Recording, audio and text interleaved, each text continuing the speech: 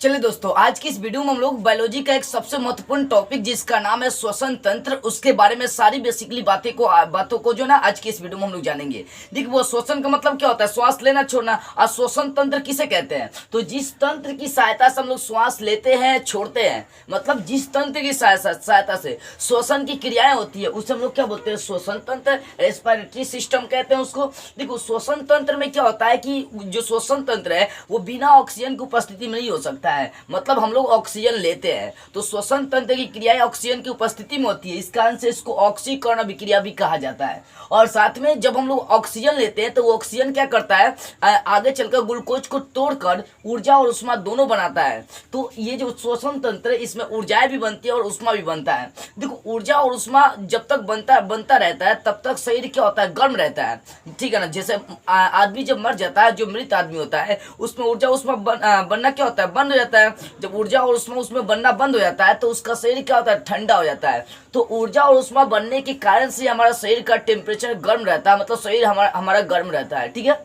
उसके बाद देखिए, उपअपचयी का मतलब कैटाबोलिक, इसका मतलब होता है, देखो, मतलब जो भोजन को तोड़ने का काम करते हैं उसको क्या बोलते हैं? उपअपचयी। मतलब उसको कैटाबोलिक का जो जोड़ने का काम करते हैं एनाबोलिक उसको कहते हैं, ठीक है। तो समझ में आ गई। श्वसन तंत्र, जिस तंत्र की सहायता से हम लोग श्वास लेते हैं छोड़ते हैं उसे क्या बोलते हैं? श्वसन तंत्र कहते हैं। और इसमें ऑक्सीकरण क्रियाएं होती है क्योंकि ये ऑक्सीजन की उपस्थिति में होने वाली है। और साथ में जब ऑक्सीजन की क्रिया ऑक्सीजन ली जाती है तो ऑक्सीजन हमारी क्या होता है कि जो ग्लूकोज बना रहता है उससे मिल जाता है, ठीक है ना। मतलब उससे ग्लूकोज से मिलकर उसको तोड़कर क्या बनाता है? उष्मा और ऊर्जा और उष्मा प्रदान करता है, ठीक है। तो इसी कारण से ये ऊर्जा और उष्मा दोनों प्रदान करता है, ठीक है ना। क्यों? क्योंकि ऑक्सीजन जाकर क्या होता है? ग्लूकोज से मिलता है, उसको तोड़ता है, तोड़ने के बाद उष्मा और ऊर्जा दोनों बनाता है। और साथ में ये कैटाबोलिक भी क्रिया, मतलब उपअपचयी, क्योंकि भोजन को क्या करता है? तोड़ता है, ठीक है ना। तो भोजन को तोड़ना क्या होता है? कैटाबोलिक होगा, लेकिन भोजन को जोड़ना एनाबोलिक कहलाता है, ठीक है। अब देखिए, श्वसन अंग जानते हैं कि श्वसन के लिए कौन कौन सा अंग होता है। पहला स्तनधारी जीव, जैसे मानव आता है, इसके अंदर जो दूध बच्चे को पिलाता है वो क्या होता है? स्तनधारी आता है। तो स्तनधारी में श्वसन लेने के लिए जो अंग होता है मनुष्य में ये सब क्या होता है? फेफड़ा के सहारे हम लोग अंग लेते हैं। जैसे आप श्वास किसके सहारे लेते हैं? फेफड़ा के सहारे। देखिए, ऐसा नहीं होता है कि आप कहते हैं नाक मुंह, इस नाक से आप श्वास लेते हैं, नहीं, ये गलत बात है। देखो, जैसे मान लो कि आप नाक दाब लेते हैं तो श्वास किससे लेने लगते हैं? मुंह से। आप मुंह दाब लेंगे तो श्वास किससे लेते हैं? नाक से लेते हैं। तो इसका मतलब ये श्वसन तंत्र न तो आंख है और नहीं मुंह है। आपका श्वसन अंग क्या है? फेफड़ा। देखिए, श्वास लेकर किससे? फेफड़ा से ले रहे हैं और छोड़ेंगे भी, मतलब श्वास लेना और छोड़ना, दोनों क्रिया कौन सा होता है? फेफड़ा से होता है। इसका मतलब कि स्तनधारी जीव में क्या होता है? फेफड़ा के द्वारा श्वास ली जाती है। जो कीट पतंग होते हैं, जैसे मतलब जो छोटे छोटे कीट पतंग पाए जाते हैं उसमें श्वास किससे ली जाती है? तो श्वास नली से। मतलब उसका श्वसन अंग क्या होता है कीट पतंग का? तो वो होता है श्वास नली, जिसको ट्रेकिया के भी नाम से हम लोग जानते हैं। अभी मैं ट्रेकिया का आपको पिक्चर बनाकर दिखाऊंगा वो सब क्या होता है। साथ में जलीय जीव जल के अंदर जीव रहते हैं, उसका श्वसन अंग क्या होता है? तो गिल्स होता है, जिसको हिंदी में कोलोम के नाम से हम लोग जानते हैं, ठीक है ना। तो जलीय जीव जैसे मछली उछली हो गया, ये सब श्वास किसके माध्यम से लेता है? तो गिल्स के माध्यम से लेता है, ठीक है। उसके बाद मेढक की बात करते हैं। जो मेढक होता है, जिसको हम लोग बेंग के नाम से जानते हैं, ये मेढक 3 तरह से श्वास लेता है। पहला, जब ये भूमि पर रहेगा तो फेफड़ा से श्वास लेता है, ठीक है ना। मेढक जो होता है ना, भूमि पर रहेगा तो किसके द्वारा श्वास लेता है? फेफड़ा के द्वारा श्वास लेता है। लेकिन जब भूमि के अंदर, धरती के अंदर चला जाता है तब वो श्वास अपनी त्वचा के माध्यम से लेने लगता है। अब देखिएगा, बचपन में एक चीज अब देखने को मिलता होगा कि बेंगवा मछली आता है, छोटका जिसको टेडपोल कहते हैं हम लोग। तो कहने का मतलब कि हम लोग लाते तो मछली है लेकिन बाद में क्या होता है? बेंग ही बन जाता है। तो जो छोटका बेंग होता है ना, वो मछली टाइप का होता है, ठीक है ना। तो उसको हम लोग टेडपोल कहते हैं। उसका जो श्वसन अंग होता है वो क्या होता है? तो गिल्सी होता है। क्यों? क्योंकि वो मछली के जैसा होता है। तो ये मछली के मेढक के 3 कंडीशन बन गए। जब मेढक भूमि पर रहेगा, धरती पर, तब वो फेफड़ा, मतलब पानी पर या धरती पर रहेगा, पानी में या धरती पड़ेगा तो वो फेफड़ा के द्वारा श्वास लेगा। लेकिन जब वही मेढक मतलब धरती के अंदर चला जाएगा तो त्वचा अपने शरीर के अंग से श्वास लेने का काम करता है। और जब छोटा मेढक होता है तो मछली के जैसा होता है, जिसको टेडपोल कहते हैं, ये गिल्स के सारे श्वास लेता है। अब एक महत्वपूर्ण चीज हम लोग जानते हैं ब्रीथिंग के बारे में, जिसको श्वासोच्छ्वास हम लोग कहते हैं। देखो, श्वासोच्छ्वास मतलब इसको ब्रीथिंग कहते हैं। ये दो टाइप का होता है। श्वासोच्छ्वास किसे कहेंगे? तो श्वास लेना और श्वास छोड़ना। श्वास लेना और श्वास छोड़ना, इन दोनों क्रियाओं को जब जोड़ देते हैं, ऐड कर देते हैं, तो वो बन जाता है ब्रीथिंग। क्या बनता है? ब्रीथिंग, जिसको श्वासोच्छ्वास हम लोग कहते हैं। अब देखो श्वासोच्छ्वास जो होता है ना, दो तरह की क्रियाएं होती हैं। कौन सा? एक निश्वासन और दूसरा निःश्वासन। मतलब देखो निःश्वासन में बिंदु नहीं है, लेकिन जब ऐसे ही नी के बाद दो बिंदु लगा देंगे तो निःश्वासन होता है। हिंदी वाले के लिए दिक्कत होगा, इंग्लिश वाले के नहीं है। निःश्वासन को इंग्लिश में बोलते हैं इंस्पायरेशन। क्या बोलते हैं? इंस्पायरेशन। लेकिन निःश्वासन को हम लोग बोलते हैं एक्सपायरेशन। देखो निःश्वासन क्या होता है? श्वास लेने की क्रिया को हम लोग निःश्वासन कहते हैं। इंस्पायरेशन अंदर जाएगा तो इंस्पायरेशन, और बाहर जाएगा श्वास छोड़ने की क्रिया को एक्सपायरेशन, मतलब वो निःश्वासन कहलाता है। अब एक चीज यहाँ पर ऐड करिए आप, जब आप श्वास लेते हैं तो क्या क्या चीज लेते हैं? ऑक्सीजन लेते हैं। रियली सिर्फ ऑक्सीजन ही नहीं लेते हैं, उसके साथ नाइट्रोजन, कार्बन डाइऑक्साइड, ये सब लेते हैं। लेकिन अधिक मात्रा में आप कौन सा लेते हैं? नाइट्रोजन की मात्रा लेते हैं। देखिए आप कितना, तो 78% जो है ना नाइट्रोजन लेते हैं, 21% जो है वो ऑक्सीजन लेते हैं, और आपका जो कार्बन डाइऑक्साइड होता है वो ना के बराबर, मतलब 0.03% हम लोग कार्बन डाइऑक्साइड शोषण की क्रिया के द्वारा लेते हैं। लेकिन देखिए आप 78% क्या होता है? नाइट्रोजन तो लेते हैं, लेकिन छोड़ते कितना है? तो 78% नाइट्रोजन पूरा छोड़ देते हैं। जितना नाइट्रोजन लेते हैं उतना आप क्या करते हैं? छोड़ देते हैं। लेकिन ऑक्सीजन और कार्बन डाइऑक्साइड में थोड़ा सा हेरफेर हो जाता है। ऑक्सीजन आप 21% लेते हैं, लेकिन छोड़ते कितना है? 17%। क्यों? क्योंकि हमारे शरीर को ऑक्सीजन की बहुत ज्यादा जरूरत होती है। जब तक श्वास नहीं लेंगे, ऑक्सीजन जाएगा नहीं, तब तक वहां पर ऊर्जा और उष्मा बनने वाला नहीं है। स्टार्टिंग में ही आपको बता दिया गया कि जो श्वसन तंत्र होता है एक ऊर्जा और उष्मा प्रदान करता है, जिसके कारण से हमारा शरीर गर्म रहता है। मृत जो आदमी होता है उसका शरीर गर्म नहीं होता है। इसका रीजन यही होता है कि उसके शरीर में ऊर्जा और उष्मा ये सब नहीं बनता है, ऑक्सीजन उसमें पहुंचता ही नहीं है। तो यहाँ पर हम लोग नाइट्रोजन जो होता है ना, इंस्पायरेशन मतलब 78% लेते हैं और 78% छोड़ देते हैं। लेकिन जो ऑक्सीजन होता है, ऑक्सीजन 21% लेते हैं, तो छोड़ते कितना है? देख सकते हैं 17% छोड़ते हैं। और कार्बन डाइऑक्साइड 1% नहीं लेते हैं, मतलब 0.03% लेते हैं, तो छोड़ कितना देते हैं? 4% छोड़ देते हैं। देखिए ये क्लियरली 4% नहीं होता है, 4 मतलब 4.6% होता है, लेकिन हम लोग लिख कर चलते हैं वनली सिर्फ 4% लिख कर चलते हैं। तो यहाँ पर ऑक्सीजन कार्बन डाइऑक्साइड में कितना 4% का हेरफेर हो रहा है। ऑक्सीजन 21 ले रहे थे, छोड़ कितना रहे हैं? 17। कार्बन डाइऑक्साइड 0.03% ले रहे हैं, लेकिन छोड़ कितना रहे? तो 4% छोड़ रहे हैं। ठीक है ना। तो ये श्वसन की क्रिया हो गई। श्वसन मतलब श्वासोच्छ्वास दो तरह के होते हैं, निःश्वासन इंस्पायरेशन, दूसरा होता है एक्सपायरेशन। ठीक है ना। तो ये रहा आपका श्वसन तंत्र। अब देखिए मतलब ये रहा श्वासोच्छ्वास। अब थोड़ा सा और इसकी बेसिकली बातें हम लोग ग्रहण करते हैं। अब देखिए श्वसन मार्ग के बारे में हम लोग जानते हैं। श्वसन मार्ग का मतलब क्या होता है? जिस मार्ग से श्वास जाता है, हवा जाता है, उसी को तो वो श्वसन मार्ग कहते हैं। जैसे आपको पाचन तंत्र वाले चैप्टर में बता दिया कि जिस मार्ग से भोजन जाता है उसे आहार नल कहते हैं। उसी प्रकार जिस रास्ता से, जिस मार्ग से आपका हवा जाता है, ऑक्सीजन जाता है, उसी रास्ता को हम लोग बोलते हैं श्वसन मार्ग कहते हैं। अब देखो श्वास जाने के कौन कौन सा रास्ता होता है? तो नासा छिद्र मतलब नाक। सबसे पहले देखिएगा आपका यहाँ पर ये इस नाक के सारे श्वास जाता है। तो इस नसा क्षेत्र में क्या होता है? बाल उल होता है जो धूल कण को रोकने का काम करता है। उसके बाद आपका नासा कपाट यहाँ पर जाता है। देखिए यहाँ पर नासा कपाट में आपका जाता है। तो यहाँ पर क्या होता है? कुछ चिपचिपा हुआ पदार्थ होता है। जिस धूल कण को नासा छिद्र क्या नहीं चिपका पाया था, वो सब क्या होगा? नासा कपाट में चिपक जाता है। देखिएगा जब हफ्ते भर हो जाता है तो नकटी के जैसे यहाँ पर जम जाता है, जिसको उंगली क्या कर सकते हैं? डाल के हम लोग निकाल लेते हैं। वहां पर क्या होता है? म्यूकस होता है जो मतलब धूल कण को चिपका लेता है, अंदर नहीं जाने देता है। तो नासा छिद्र का मतलब समझ गया। इसमें क्या होता है? बाल होता है जो धूल कण को रोकने का काम करता है। उसके बाद आपका श्वास का नासा कपाट यहाँ पर जाएगा। यहाँ पर म्यूकस होता है, मतलब एकदम चिपचिपा सा पदार्थ होता है जो धूल कण को अपने में चिपका लेता है। और कुछ दिन के बाद क्या करते हैं? नखोर को हम लोग निकाल लेते हैं, उसको नकटी के नाम से हम लोग जानते हैं। ठीक है ना, नासा कपाट। उसके बाद जो आपका हवा जाएगा वो फेरिंग्स मतलब ग्रसनी, जिसको हल्लक कहते हैं मुंह में। देखिएगा दो छिद्र होता है। ये जो श्वास जाएगा उसके बाद हल्लक जाता है यहाँ पर। देखिएगा जीभ में यहाँ पर हल्लक होता है, ऊपर ऊपर दो छिद्र होता है। ठीक है ना, जिसको ग्रसनी कहते हैं। तो वहां पर हवा जाता है। वहां पर देखो, वहां पर जब हवा जाता है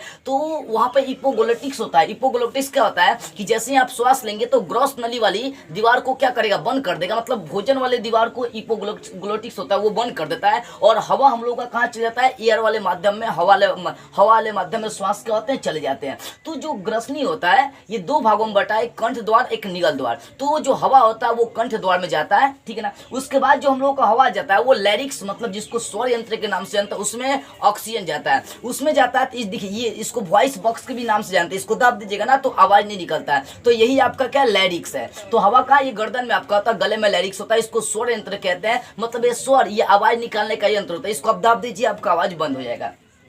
उसके बाद पांचवा जो ट्रैकिया में जाता है, ट्रैकिया जिसको श्वास नली के नाम से हम लोग जानते हैं, ठीक है ना। देखो ट्रैकिया ये जो पिक्चर आपका है, ये वाला भाग जो आपका ट्रैकिया है, यहाँ से क्या होगा कि जैसे स्वर यंत्र में, स्वर यंत्र के बाद आपका जो हवा वो कहाँ जाएगा, ट्रैकिया में। अब देखो ट्रैकिया में सी आकार का एक मतलब आकृति पाई जाती है, सी टाइप का। देखिए ये आकृति पाई जाती है सी, इसको हाइलिन बोलते हैं। ये भी अपने आप में एक बहुत भूमिका निभाता है ट्रैकिया में। कैसे, मान लो कि आप श्वास लिए, ठीक है ना, श्वास लेंगे तो क्या होता है, ट्रैकिया अगर चिपक जाता है, श्वास लेने के बाद ये ट्रैकिया अगर चिपक जाता है तो हम लोग मर जाते। अब श्वास ले रहे हैं तो ट्रैकिया अगर चिपक जाएगा, अगर ये चिपक जाएगा तो आपके शरीर में खतरा पैदा कर देगा। तो इसी कारण से हाइलिन लगा देगा ताकि ये चिपकेगा नहीं, एकदम टाइट रहेगा। ये लोहे मतलब कट्टर टाइप का इसको कहा जा सकता है, तो इसको हाइलिन हम लोग बोलते हैं। अब देखो जैसे आप पहले आपका जो श्वास है स्वर यंत्र के बाद कहाँ, ट्रैकिया में मतलब श्वास नली में जाएगा। श्वास नली में सी आकृति का होता है। अब देखो जैसे ही आपका ट्रैकिया में क्या होगा कि ट्रैकिया में श्वास गया, अब यहाँ से जाकर ये जो ट्रैकिया होता है दो भागों में बढ़ जाती है। देखिए ये जो ट्रैकिया आगे चलकर कितने भागों में बढ़ गई, दो भागों में, जिसको ब्रोनकाई कहते हैं। क्या कहते हैं, ब्रोनकाई। मतलब जो ट्रैकिया वो दो भागों में बढ़ जाते हैं, इसको क्या कहते हैं, ब्रोनकाई कहते हैं। ये ब्रोनकाई क्या करता है, देखो बुआ, मतलब अभी हम लोग देख रहे थे कि सबसे पहले आपका हवा कहाँ गया, तो आपका नसा छिद्र में, ठीक है, नसा के बाद नसा कपाट में, उसके बाद ग्रसनी हल्लक में गया, उसके बाद स्वर यंत्र में, उसके बाद आपका हवा कहाँ जा रहा है, ट्रैकिया में जा रहा है, मतलब श्वास नली में जा रहा है। ये श्वास नली आगे चलकर दो भागों में, देखिए यहाँ से क्या हो रही है, बढ़ जा रही है श्वास नली। अब ये जो श्वास नली इसको ब्रोनकाई कहता है। ब्रोनकाई भी देखिए आगे चलकर छोटे छोटे टुकड़ों में बढ़ गया, मतलब ये ब्रोनकाई भी आगे चलकर छोटे छोटे टुकड़ों में बढ़ गया, जिसको ब्रोनकाइलियोस कहते हैं। क्या कहते हैं, ब्रोनकाइलियोस कहते हैं, ब्रोनकाइलियस, ठीक है ना। तो मतलब अभी समझ गए ब्रोनकाइलियस। अब देखो ब्रोनकाइलियस पर क्या होता है, ऊपर ऐसे गुच्छे टाइप की रचना पाई जा रही है, दिखाई दे रही है, इसको एल्वियली कहते हैं। क्या कहते हैं, एल्वियली कहते हैं। एल्वियली क्या करता है, ब्लड में लिया के हवा छोड़ देता है, और ब्लड में हवा छोड़ देता है तो पूरा ब्लड में फैल जाता है, वहां पर क्रियाएं होने लगती है। तो ये पार्ट आपको समझ में आ गई, ठीक है ना। अब ब्लड क्या करता है, सेल तक मतलब कोशिका तक क्या करता है, हवा पहुंचाने का काम करता है। तो देखिए सबसे पहली बात आप समझ गए, पहली बात कि आपका हवा कहाँ, नसा छिद्र में, उसके बाद नसा कपाट में, उसके बाद हल्लक ग्रसनी में, उसके बाद स्वर यंत्र में, उसके बाद ट्रैकिया में। ट्रैकिया दो भागों में बटेगा तो उसको ब्रोनकाई, उसको क्या कहेंगे, ब्रोनकाई कहेंगे। ब्रोनकाई आगे चलकर बहुत सारे टुकड़ों में बढ़ जाता है, इसको ब्रोनकाइलियोस कहते हैं। अब ब्रोनकाइलियोस पर जो गुच्छा टाइप का रचना पाया जाता है उसके ऊपर, उसको एल्वियली कहते हैं। क्या कहते हैं, एल्वियली कहते हैं। एल्वियली के नाम से हम लोग जानते हैं। इसी एल्वियली के माध्यम से हवा आपका ब्लड में जाता है, ब्लड से ब्लड क्या करता है, उस हवा को सेल में पहुंचाने का काम करता है, सेल के बाद वो माइटोकॉन्ड्रिया में क्रिया करता है। तो ये आप समझ गए श्वसन मार्ग। अब देखिए अब यहाँ पर श्वसन, ये जो फेफड़ा होता है ट्रैकी, श्वसन लेने की क्रिया को कैसे हेल्प करता है, मदद करता है। देखिए श्वास लेने की क्रिया को सबसे ज्यादा डायफ्राम मदद करता है। कौन, डायफ्राम। देखो डायफ्राम अगर मान लीजिए आप श्वास ले लिए, तो श्वास ले लिए तो आपका डायफ्राम क्या होता है, नीचे बैठ जाता है, बैठेगा। अब श्वास छोड़ने के लिए फेफड़ा के पास तो इतना ताकत नहीं होता है कि वो क्या करे, श्वास को छोड़े, ठीक है ना। तो डायफ्राम जैसे ही आप श्वास लेंगे डायफ्राम बैठेगा, और फिर ये जब श्वास छोड़ेंगे तो ये जोर लगाकर श्वास को क्या करता है, छोड़ देता है। तो डायफ्राम श्वास लेने की क्रिया में, छोड़ने की क्रिया में बहुत ज्यादा मदद करता है। अगर ये डायफ्राम नहीं होगा तो क्या होता है, आदमी मर जाएगा, ठीक है ना। जैसे मान लीजिए कभी कल देखिएगा एक्सीडेंट होता है तो आदमी का ना हाथ टूटता है ना पैर टूटता है, फिर भी मर जाता है। इसका रीजन ये होता है कि डायफ्राम जो संयोजी ऊतक का ये बना होता है, ठीक है ना, ये डायफ्राम टूट जाता है। डायफ्राम टूट जाएगा तो सांस लेने की क्रिया क्या हो जाएगी, बंद हो जाएगी, जिसके कारण से मनुष्य को मर जाएगा। अब आप ये कहेंगे कि सर जो गर्भवती महिला होती है उसमें तो ये पेट पूरा भारी हो जाता है, डायफ्राम तो वहाँ क्रिया नहीं कर सकता। तो वो देखो जो गर्भवती महिलाएं होती है उसमें क्या होता है कि साइड वाले जो प्लिया हम लोग कहते हैं, इसके माध्यम से क्या करती है, वो श्वास लेने का काम करती है। अगर यो लोग का टूट जाएगा ना तो उसको मरना ही मरना है।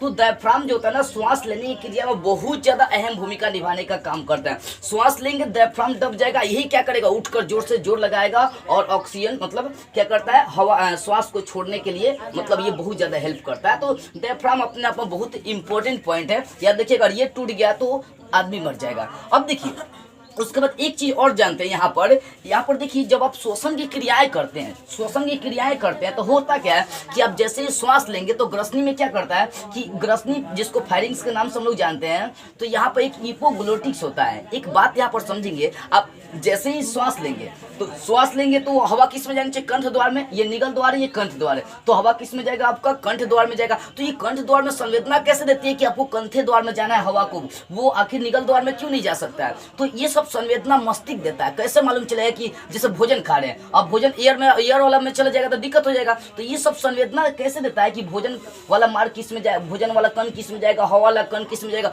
ये सब दिमाग क्या करता है, मतलब संवेदना देता है, मस्तिष्क देता है इस सबको कि अरे भोजन आ रहा है, जल्दी इसको क्या करो, मतलब इसको जल्दी करो कि कंठ द्वार को बंद करो ताकि वो निगल द्वार में चला जाए। आप श्वास लेते हैं तो यही हिपोग्लोटिक्स क्या करता है, फूड वाले रास्ते को बंद करता है, एयर वाले को क्या करता है, क्लियर कर देता है। अब एक बात यहाँ पर समझिएगा कि कभी कल आप किसी की याद में खोए रहते हैं तो आपका मस्तिष्क की संवेदना मिल ही नहीं पाता है, जिसके कारण से क्या होता है, जिसके कारण से आप जब श्वास लेते हैं, जिसके जैसे मान लीजिए कि आप मतलब कभी किसी को याद कर रहे हैं, चाहे किसी की याद में आप खोए हुए हैं, तो वहां पर क्या होता है कि आपकी मस्तिष्क को संवेदना नहीं मिल पाती है। अब भोजन उस समय करेंगे, अब भोजन करेंगे और कहीं खोए हुए हैं तो क्या करेगा कि हिपोग्लोटिक्स को कोई संवेदना मस्तिष्क पहुंचाता है नहीं कि कहाँ पर जाना है भोजन को। इसी कारण से वो क्या करता है, वो फूड वाले रास्ते को बंद कर देता है और भोजन के कण किस में चले जाते हैं, एयर वाले रास्ते में चले जाते हैं। जब एयर वाले रास्ते में आपका भोजन का कण जाता है, अब जैसे मालूम कि भोजन है और हवा वाला कंठ द्वार में चला जाएगा तो क्या मतलब क्या वो अच्छा होगा? नहीं, वो खतरनाक हो जाएगा एक तरह से। अब यहाँ से जैसे ही एयर वाले माध्यम में जाएगा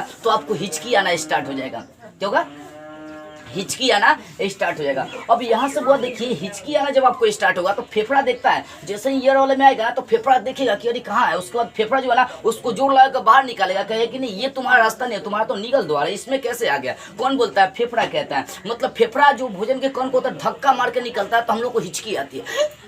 ऐसे हम लोग क्या करते हैं, ठीक है ना। तो क्या होता है, ये कैसे होता है, हम लोग जब किसी को याद करते हैं, चाहे हम लोग किसी की याद में जब खोए रहते हैं, जब मस्तिष्क को संवेदना नहीं मिल पाती है, तब हिपोग्लोटिक्स जो होता है ना, भोजन वाले रास्ते को बंद करके एयर वाले में भोजन जब चला जाता है तब जाकर फेफड़ा उस भोजन को बाहर निकालता है, जिसके कारण समय क्या होता है, हिचकी आती है। ये सोचने वाली बात है कि हम लोग मतलब किसी की याद में खोए रहते हैं तब जाकर हिचकी आती है, लेकिन हम लोग कहते हैं क्या कि हमको कोई याद कर रहा है तब हमें हिचकी आती है। उल्टा, जिसको नॉलेज नहीं है वो सब यही बातें करता है बुआ, ठीक है ना। तो हिपोग्लोटिक्स को जब कोई संवेदना नहीं मिलेगी तो भोजन के कण जो होता है, हिपोग्लोटिक्स क्या करता है, भोजन वाले रास्ते को बंद करेगा, हवा वाले में भोजन चला आता है, जिसके कारण से फेफड़ा भोजन को बाहर निकालता है जोर लगाकर, जिसके कारण से हिचकी आती है, ठीक है ना। तो याद देखिए, समझ गए हिचकी क्यों आती है। अब देखिए, अब यहाँ पर एक काम करते हैं कि जो ब्रोंकाइलियोस है वो आगे चलकर उसमें जो गुच्छा पाया जाता है उसको एलवियली कहते हैं। क्या कहते हैं? एलवियली के नाम से हम लोग जानते हैं। अब देखो ये एलवियली कैसे काम करता है, तो अभी आपने देखा कि आपका जो हवा है वो कहाँ जाएगा, नसा छिद्र में, नसा कपाट में, अब फिर आपका किसमें, हल्लक जिसको फायरिंग्स के नाम से जानते हैं, उसके बाद आपका लैरिक्स के मतलब स्वर यंत्र में जाएगा, उसके बाद ट्रैकिया में, और ट्रैकिया आगे चलकर दो भागों में बढ़ जाता है जिसको ब्रोंकाई कहते हैं, और ब्रोंकाई आगे चलकर बहुत सारे टुकड़ों में बढ़ जाता है जिसको ब्रोंकाइलियोस कहते हैं। अब ब्रोंकाइलियोस पर क्या होता है कि तरह तरह के मतलब गुच्छे पाए जाते हैं जिसको हम लोग एलवियली कहते हैं। अब देखो ये एलवियली क्या करता है कि ऑक्सीजन को लिया कर इसमें छोड़ देता है O2 को। ये एलवियली क्या करता है, ऑक्सीजन को लिया कर इसमें क्या करेगा, छोड़ देगा। अब जैसे ही यहाँ पर छोड़ेगा तो ब्लड में जो हीमोग्लोबिन होता है, ये हीमोग्लोबिन क्या करता है, ऑक्सीजन को उठाएगा, और ये ऑक्सीजन को उठाने के बाद ये शरीर की सारी कोशिकाओं में पहुंचा जाता है, क्या करेगा, बांट देगा, फटाफट ये क्या करेगा, बांट देगा। किसको? एलवियली से जो भी ऑक्सीजन मिलेगा उसको हीमोग्लोबिन क्या करता है, उठाकर शरीर की प्रत्येक कोशिकाओं में पहुंचाने का काम करता है, ठीक है ना। अब जो आपका ऑक्सीजन है वो शरीर की कोशिकाओं में जब चला जाएगा तो वो ऑक्सीजन माइटोकॉन्ड्रिया में चला जाता है। कोशिका के अंदर माइटोकॉन्ड्रिया होता है, माइटोकॉन्ड्रिया के अंदर चले जाता है वो कोशिका। जब माइटोकॉन्ड्रिया के अंदर वो कोशिका चले जाता है तो वो साइकिल के जैसा ऑक्सीजन वहां पर रचना करता है, जिसको क्रेब्स चक्र कहते हैं। क्या कहते हैं? क्रेब्स चक्र कहते हैं। अब देखो क्रेब्स चक्र के दौरान ऊर्जाएं बनती है, ग्लूकोज बनता है और वहां से कार्बन डाइऑक्साइड निकलता है। उसी कार्बन डाइऑक्साइड को हीमोग्लोबिन फिर ले आता है और उसको क्या करता है, छोड़ देता है इसी में, ठीक है ना। एलवियली को देता है, एलवियली फिर क्या करता है, कार्बन डाइऑक्साइड को बाहर निकाल देता है। तो एलवियली ऑक्सीजन को क्या करता है, अंदर पहुंचाता है, हीमोग्लोबिन उसको क्या करता है, पूरी कोशिकाओं में बांट देता है, और उसके उपरांत जो आपका कार्बन डाइऑक्साइड बनता है उसको फिर एलवियली को हीमोग्लोबिन दे देता है। हीमोग्लोबिन क्या करता है, उसको दे देता है और कहता है कि इसको क्या करो, वापस कर दो। अब देखो हीमोग्लोबिन की खासियत है, हीमोग्लोबिन बना क्यों है, तो जो भी एल्वियली से आपको ऑक्सीजन आएगा उसको अचीव करेगा, मतलब उसको कोशिकाओं में बांट देना है। लेकिन हीमोग्लोबिन जो है ना थोड़ा सा खचरा भी होता है। देखो खचरा क्यों होता है, जब आप कभी कल कार्बन मोनोऑक्साइड लेते हैं, मतलब धुआं हुआ जिसको कहते हैं CO, जब आप धुआं हुआ लेंगे ना तो हीमोग्लोबिन जो है ना वो बना तो ऑक्सीजन को उठाने के लिए, लेकिन हीमोग्लोबिन क्या करता है, ऑक्सीजन को छोड़कर कार्बन मोनोऑक्साइड को ले लेता है। आप देखिएगा धुएं में बहुत ज्यादा समय तक आप नहीं रह पाते, इसका रीजन यही है। इसका रीजन ये है कि आपका हीमोग्लोबिन जो होता है, जैसे आप श्वास लेंगे तो धुआं तो आपको चलाएगा, एल्वियली क्या करेगा, उसको ऑक्सीजन में लिया के छोड़ेगा, ब्लड में लिया के क्या करेगा, उसको छोड़ेगा।